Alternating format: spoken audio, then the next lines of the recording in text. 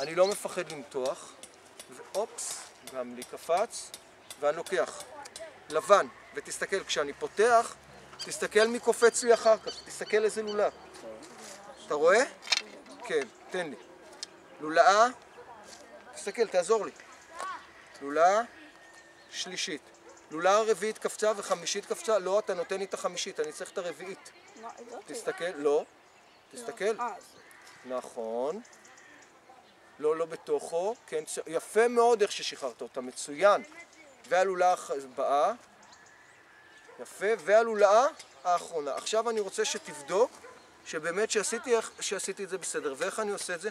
תסתכל איך אני מחזיק את זה בצורה כזאת, אתה רואה? ופשוט מאוד פורס. בסדר?